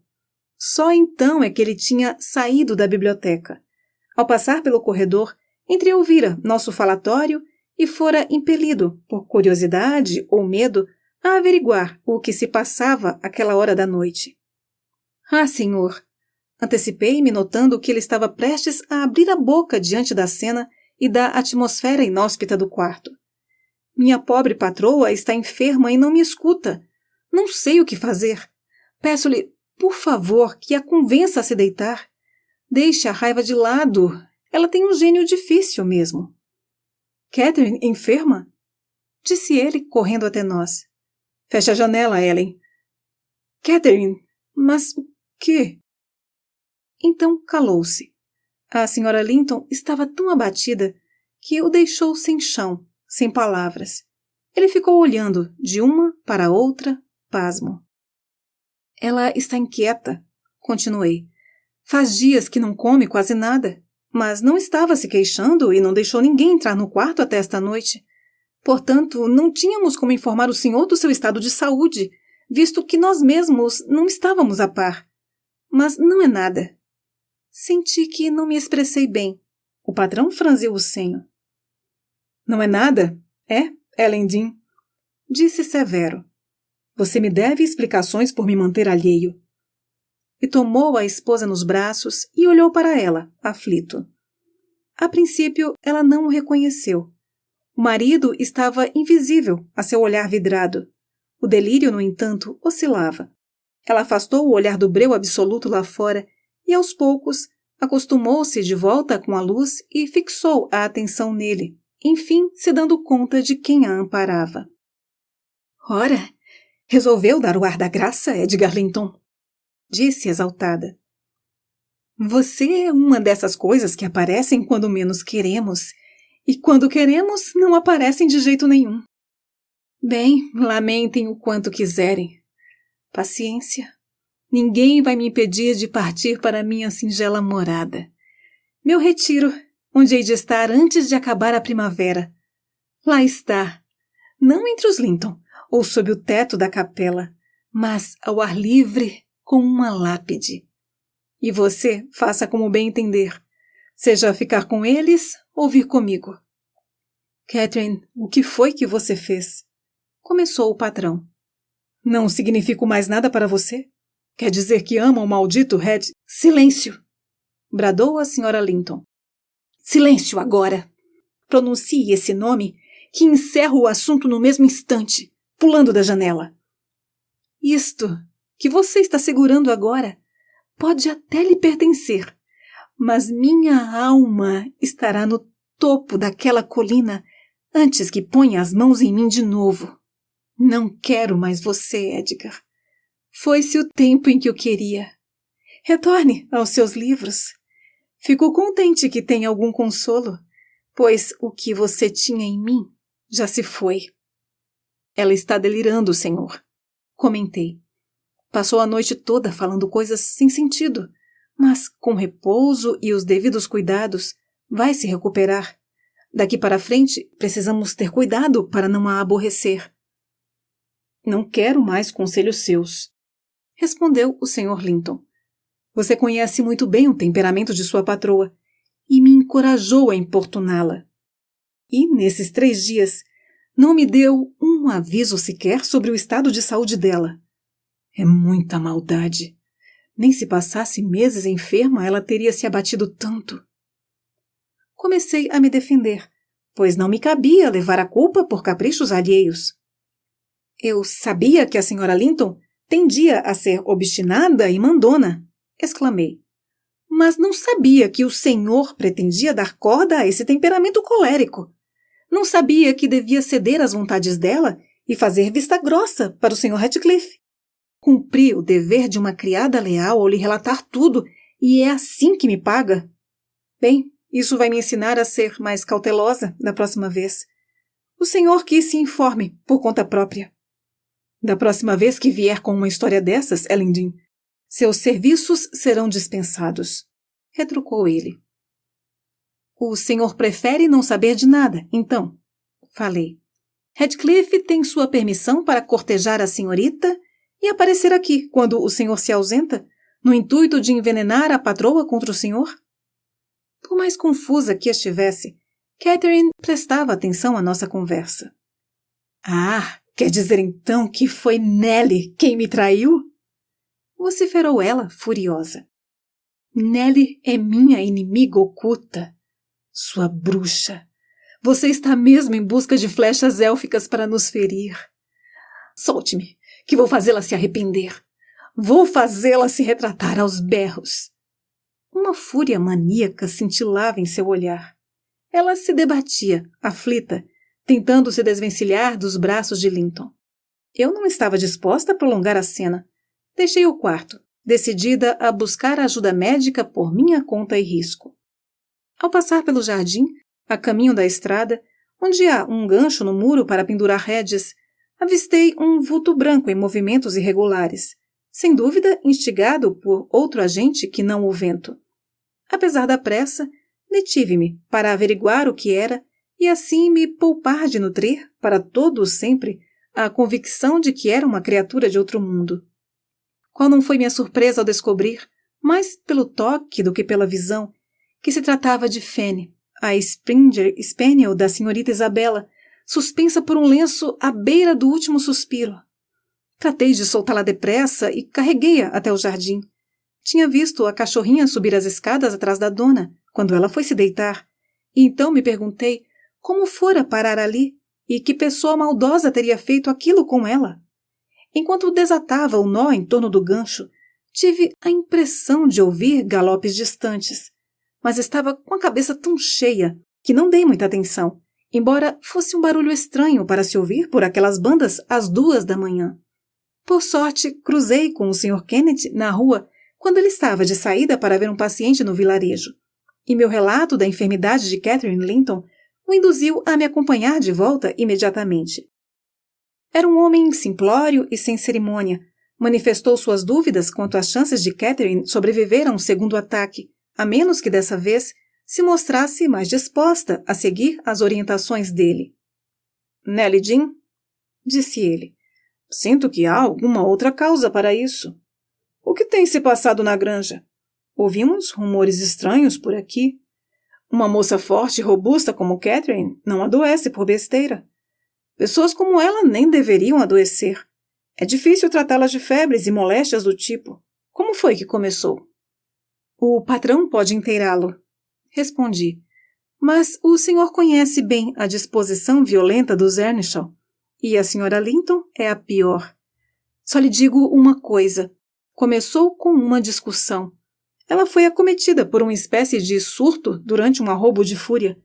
Pelo menos é essa a versão dela da história, pois no calor do momento saiu correndo e se trancou no quarto.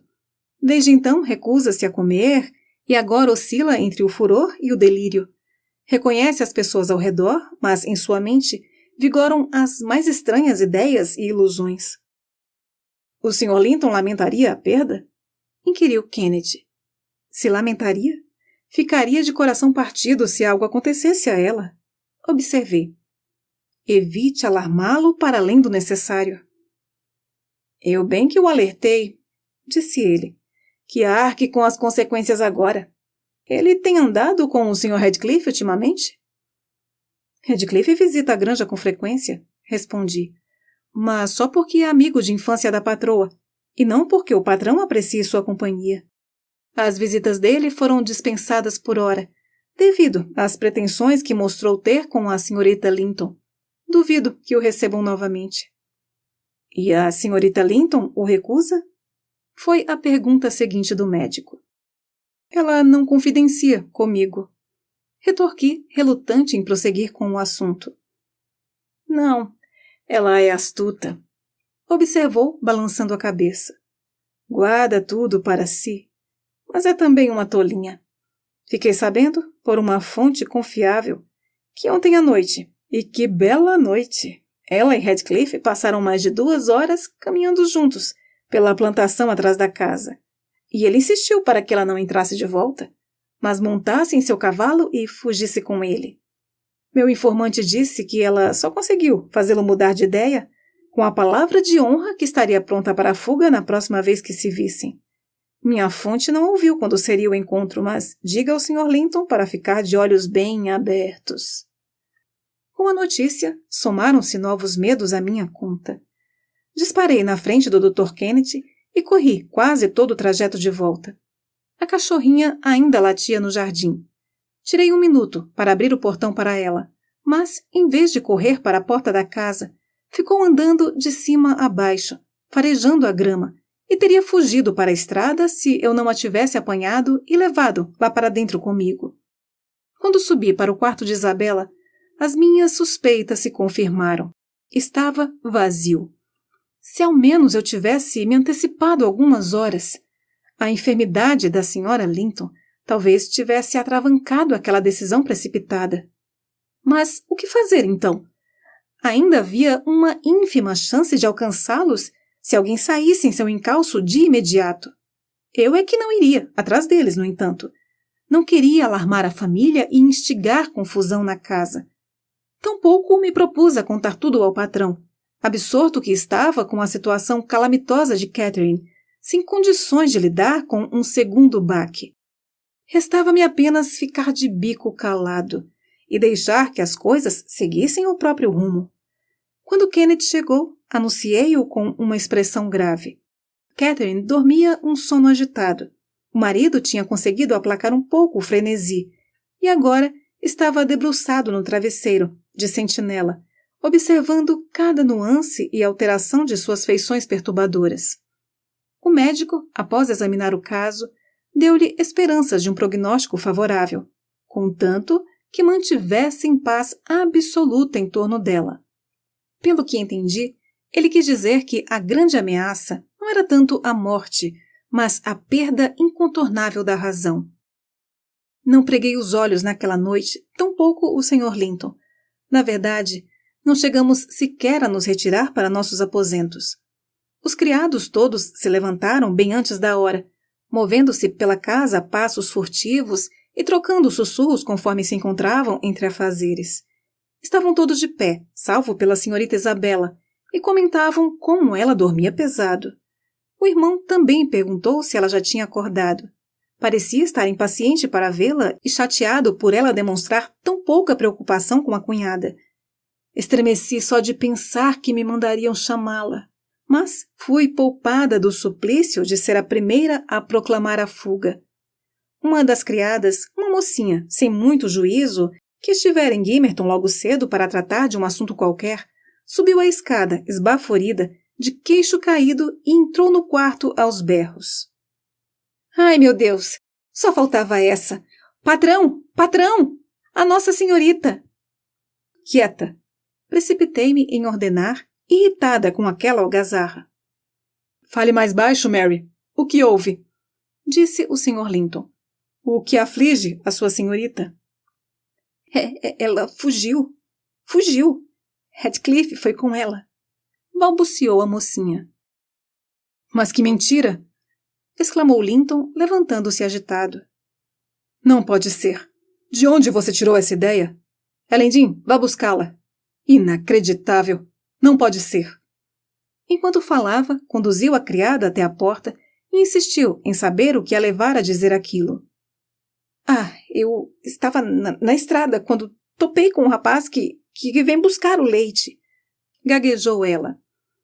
E ele perguntou se a gente estava passando por maus bocados na granja. Pensei que ele estava falando do mal-estar da patroa e respondi que sim. Então ele disse: já foram atrás deles, é? Fiquei olhando para a cara do rapaz. Ele viu que eu não sabia de nada e me contou que um cavalheiro e uma moça tinham parado na oficina de um ferreiro, 3 quilômetros depois de Gimmerton, para apertar a ferradura de um cavalo. Isso pouco depois da meia-noite. E que a filha do ferreiro se levantou para espiar quem era e logo reconheceu os dois. E notou que o homem, ela teve certeza de que era Heathcliff. Todo mundo conhece ele. Botou uma moeda na mão do pai como pagamento.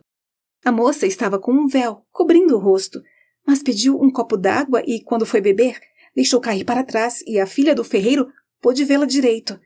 Heathcliff tomou as rédeas dos 2 cavalos e eles partiram na direção contrária do vilarejo, cavalgando o mais rápido que dava naquela estrada acidentada. A mocinha da oficina não disse nada ao pai na hora, mas contou a história para toda Gimmerton hoje de manhã. Corri para espiar o quarto de Isabela, por mera formalidade, confirmando ao retornar o relato da criada. O Sr. Linton tornara a se sentar junto à cama. Quando reapareci, ele ergueu os olhos, entendeu o recado pela minha expressão pasmada e baixou-os, sem dar ordens ou dizer uma palavra. Devemos tomar alguma medida para ir atrás deles e trazê-la de volta? Indaguei. O que o senhor pretende fazer?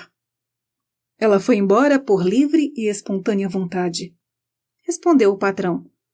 Era direito dela, se assim desejasse. Não me importune mais com isso. Daqui em diante, considero-a minha irmã apenas por nome.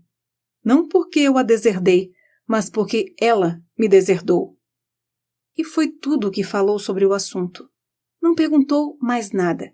Sequer tornou a mencioná-la, exceto para me orientar a enviar os bens que ela tinha deixado na casa para seu novo lar, onde quer que fosse, assim que eu soubesse o local.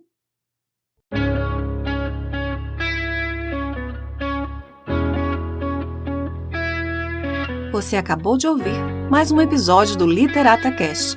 Apoio Bennett Cutelaria.